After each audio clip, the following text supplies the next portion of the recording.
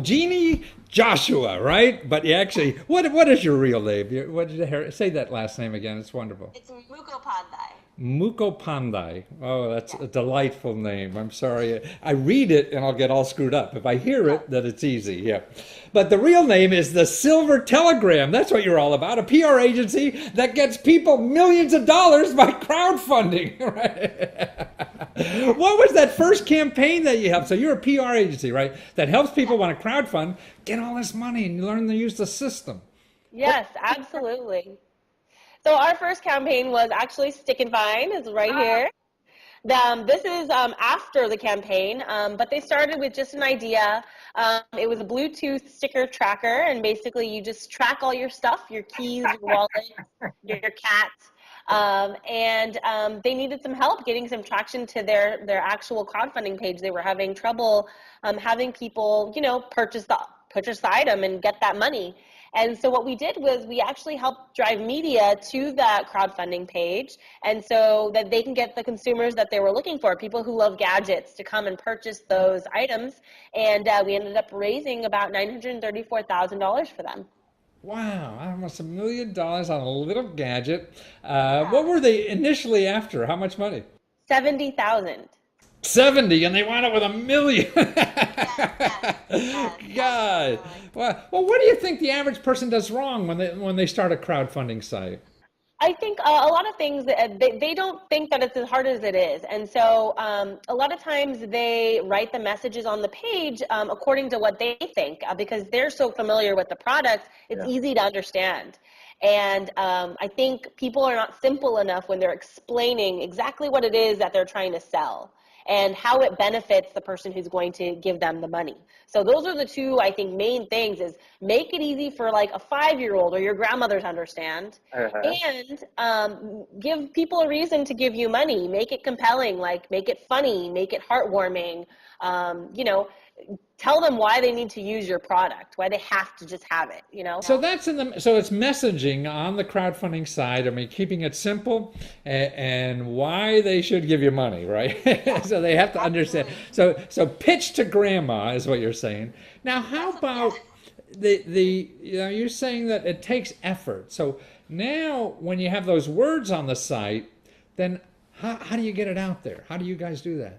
So there's a secret formula that 30% of your campaign has to come from people you already know.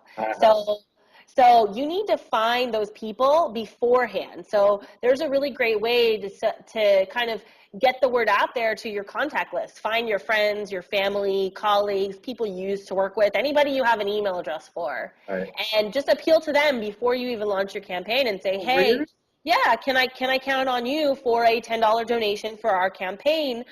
Me and whoever is launching this product, and we'd really love for you to help us, and we'd appreciate your support. So So wait a you minute. can So just, wait a minute. This is before it's up.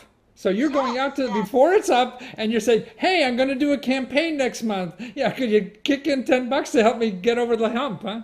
Absolutely, absolutely. And absolutely. And So you have to usually be when, shameless, huh?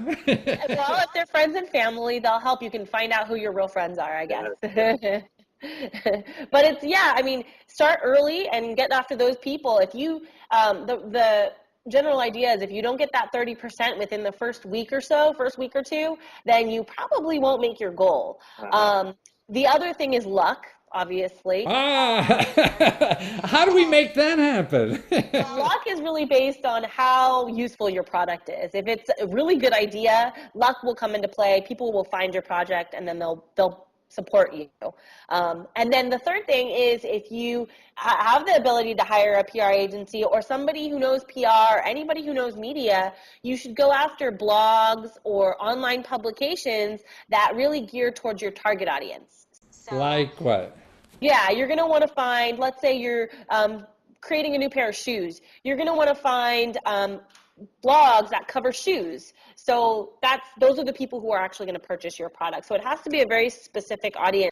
You can't just love Wall Street Journal and try to get in there, because it doesn't make sense. You need to find the people who Well, are maybe some actually, shoe fetish people, but other than right, that. you need to find the people who are willing to spend the money and are interested or looking for that stuff already. Huh. So how is that pretty organized on the web? I mean, finding the blogs or where they are or whatever. Google is amazing. Google can do everything. You do a Google search, you find campaigns that are similar to yours, and you just plug that in and find out who covered them as well. So there's a lot of really interesting ways, but Google really can help you find who your target blogs are. And then when you go to the blog page, you just look for their contact information and try to email them and do the best you can. I say, so just keep knocking on doors and get turned down a lot. And You can't be afraid of rejection, that's for sure. well, that's amazing. Now, your agency in public relations, I mean, you handle a lot of startups, it sounds like, and things like that, right? What other kind of businesses have you helped? So we work with consumer electronics companies, lifestyle companies that produce like bags. We're working with a fashion website right now. We've also worked with another mobile company that produces an iPhone stun gun called Yellow Jacket. What is that? Yeah, it's actually an iPhone case with a stun gun at the top right here. Oh, Yeah, it's very cool. So we try to work with some cool products and companies. We do enterprise technology as well, not as flashy. They're like B2B, kind of really within the industry, yeah. So those are not as exciting for no, the consumer stuff much more exciting. Yeah. So you're a fairly new company, right? Couple of years you've been doing this, but you've been in public relations and high tech folks for a lot longer than that, right? Yes, absolutely. So we're fairly new, but our specialty is really, I've never found an agency that kind of does everything under one bill. Right. Usually you get charged extra for this, extra for that. So our specialty is really being able to do a lot of different capabilities like PR, social media. We do guerrilla marketing, all of that, just under one little. What's experimental marketing? I see on your website you call it. What do you mean by that? That's usually hand-to-hand marketing, which is getting out on the street and talking to the consumers. Oh, really? Oh, that's fun. I love acting like a fool out in public. Basically creating an experience for the brand. Yeah. So if you have a brand and you want to have a specific personality, we'll create that personality out on the street so people can interact with that. And that's a really great way. I mean, that's just traditional old school marketing that people kind of are going back to a little bit. And really for crowdfunding, I mean, your advice to people who are doing a site is that you probably get about 30% from your own people, then you have to bang the hell out of that web to get the rest of your money. There's no magic, just a lot of work. Yeah, a little bit of magic. Right. You keep at it, right. Well, thank you so much. It's a pleasure to talk with you, and your site looks terrific, and the work you do, and making somebody $1 million with crowdfunding. Good for you. I hope you got half that money. Yeah, thank you. No, unfortunately not, but that's okay. We keep plugging away at that. Thank you.